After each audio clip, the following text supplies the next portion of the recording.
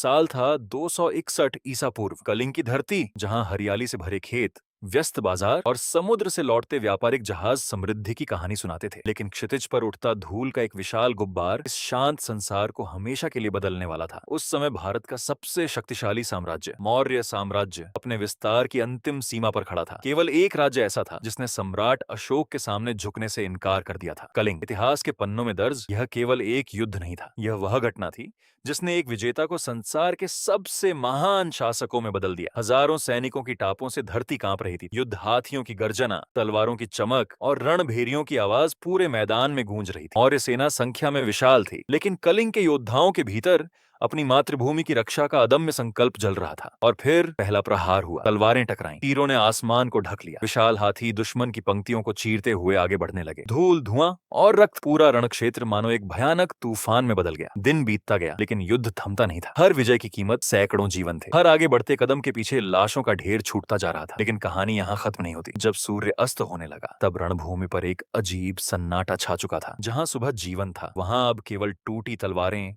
बिखरे रथ, घायल हाथी और हजारों निर्जीव शरीर पड़े थे। इतिहासकारों के अनुसार इस युद्ध में लगभग 1 लाख लोग मारे गए, 1.5 लाख से अधिक लोगों को बंदी बनाया गया और अनगिनत परिवार हमेशा के लिए बिखर गए। हवा में अब विजय का उत्सव नहीं, बल्कि माताओं की चीखें, बच्चों का विलाप और अपनों को खोजते लोगों की करुण पुकार गूंज रही थी। सम्राट अशोक, जिसने पूरा युद्ध जीत लिया था, उसी रणभूमि पर धीरे धीरे आगे बढ़ रहा था। उसकी नजर किसी दुश्मन पर नहीं थी, उसकी नजर उन मासूम चेहरों पर थी जिनका इस युद्ध से कोई संबंध नहीं था। एक माँ अपने बेटे के निर्जीव शरीर को सीने से लगाए बैठी थी। एक छोटा बच्चा अपने पिता को जगाने की कोशिश कर रहा था। घायल सैनिक अंतिम सांस लेते हुए आकाश की ओर देख रहे। विजय का मुकुट उस क्षण पहले से कहीं अधिक भारी लगने लगा और उसी पल इतिहास बदल गया। जिस सम्राट ने तलवार के बल पर साम्राज्य बनाया था, उसी ने रक्त से सनी धरती पर हिंसा का त्याग करने का निर्णय लिया। कलिंग की विजय अशोक की सबसे बड़ी हार बन चुकी थी। इसके बाद मौर्य साम्राज्य की दिशा बदल गई। तलवारों की जगह धर्म का संदेश फैलने लगा। युद्ध अभियानों की जगह शांति, करुणा और अहिंसा का मार्ग अपनाया गया। विशाल स्तंभों पर खुदे शिलालेखों में अब विजय नहीं, बल्कि मानवता की बातें लिखी जाने लगी। बौद्ध धर्म का संदेश भारत की सीमाओं से निकलकर श्रीलंका, मध्य एशिया और दक्षिण पूर्व एशिया तक पहुंचने लगा। आज भी जब इतिहास कलिंग के युद्ध को याद करता है, तो वह केवल एक भीषण संघर्ष की कहानी नहीं सुनाता, वह उस क्षण की गवाही देता है जब लाखों आंसुओं ने एक सम्राट का हृदय बदल दिया। और शायद इसी कारण इतिहास में अशोक को केवल महान विजेता नहीं, बल्कि वह शासक माना जाता है